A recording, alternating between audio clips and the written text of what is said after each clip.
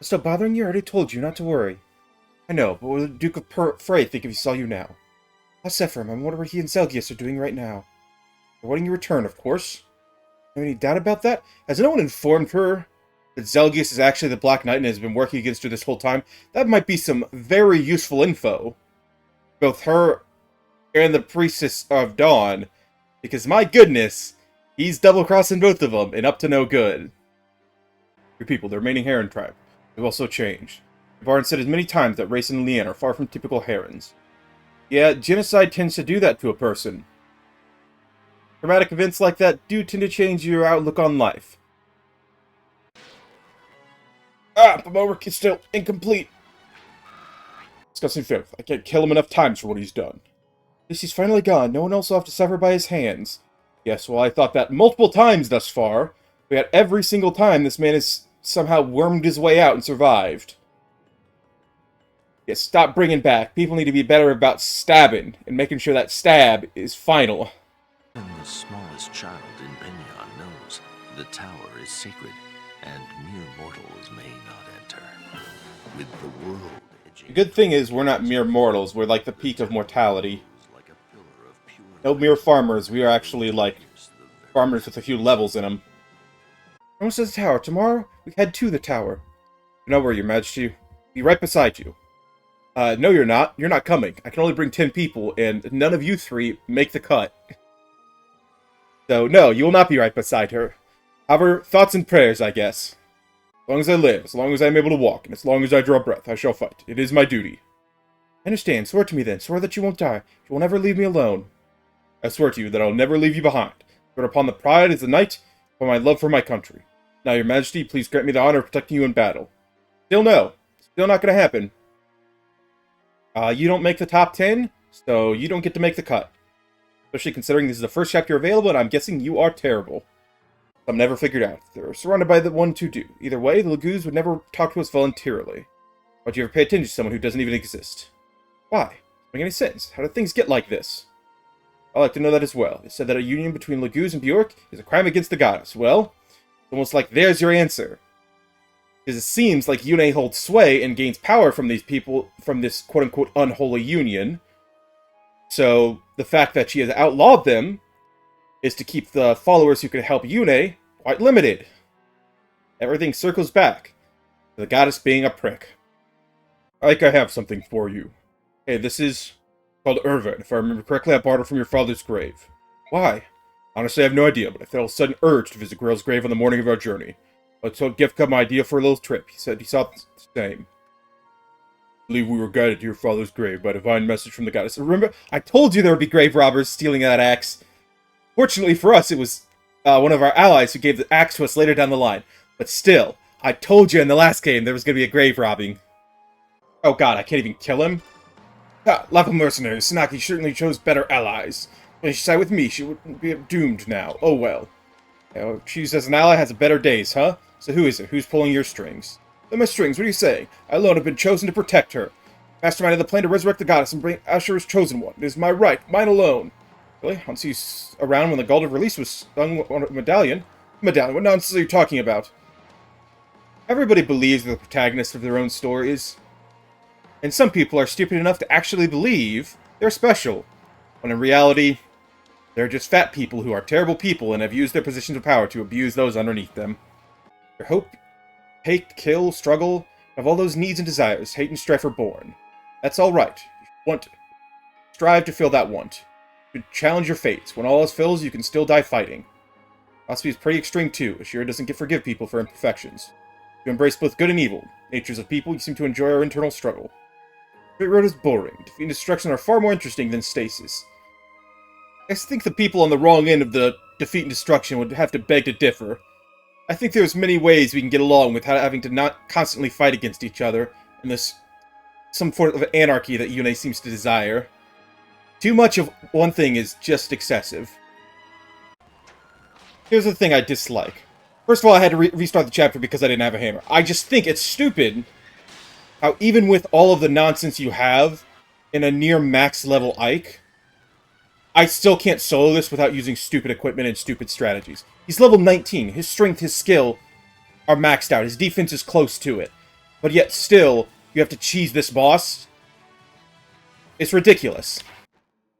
Ha! You're stronger, much stronger than before. You to thank for it. I grew stronger through our previous fight, and this hammer I happen to have made things much, much easier as well. Thorn, yeah. Guess you both know how to recognize people of a similar nature. Yes, he and I are both branded. Don't use that word. You and Soren are both people, just like me and everyone else. People. You're just like Yuna. You call both Laguz and Bjork people. Why should I care about the color of your hair, eyes, and skin? Or ears and wings or tails? Well, Ike's the best. Very few characters throughout this game, these previous two games, have I enjoyed.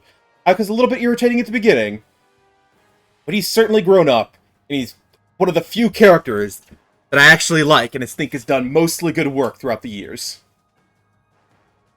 Don't lose your head now, boy. This wound. This is nothing. Your power. How could you defeat me? I was blessed by Ashira herself. The answer is cycle charging.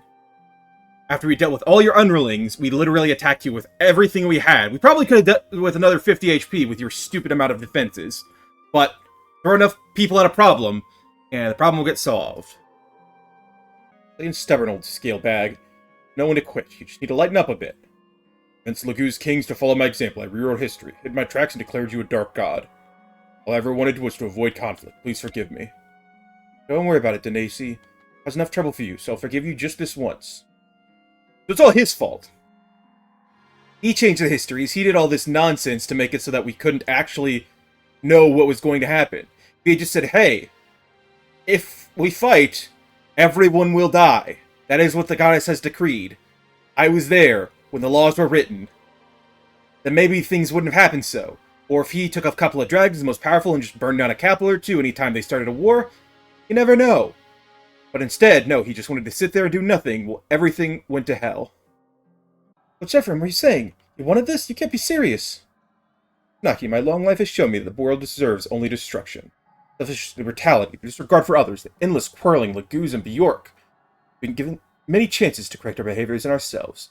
Squander them all. The remaining hope for a peaceful order is for Ashira to wipe it all out and to start again. But my vision of destroying all things, I had to use you. Pray you. What kind of monstrous joke? Pulling the strings all up. So basically, he's just pissy. He's lived so long. He's probably the guy in the vision. So he's lived for, what, hundreds, thousands of years? Doesn't matter. Long enough that he become bitter and spiteful and wants to just burn the world.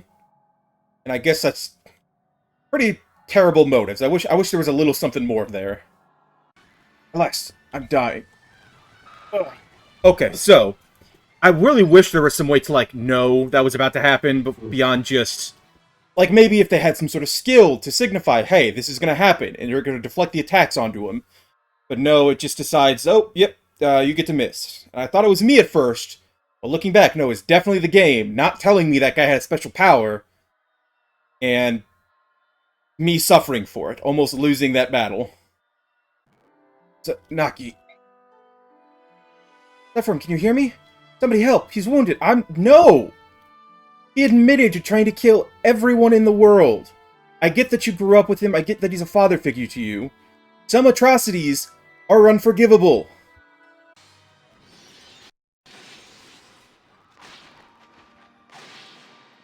Finally! Oh, that took a bunch of attempts. Good news is that the failures were quick and easy, so it was nice to... fairly simple to restart. But my goodness, that could have been a slog if you didn't have the right party composition or if things had gone bad. But once I figure out how to cheese it, heal out a bunch of units and all that, simple enough. We made you weak. That's why we must go. You don't have to leave. How much wind is there that his bandana and cape are flowing like that? I guess it's coming off the goddess? But well, must be a huge breeze inside this closed room. what we should aspire.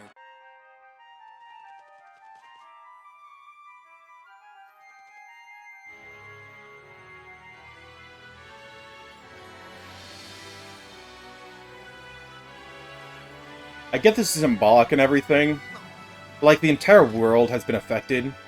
I don't know how quickly one bird can fly around and send her magical pixie dust all over the place. My goodness, that's going to take a little while.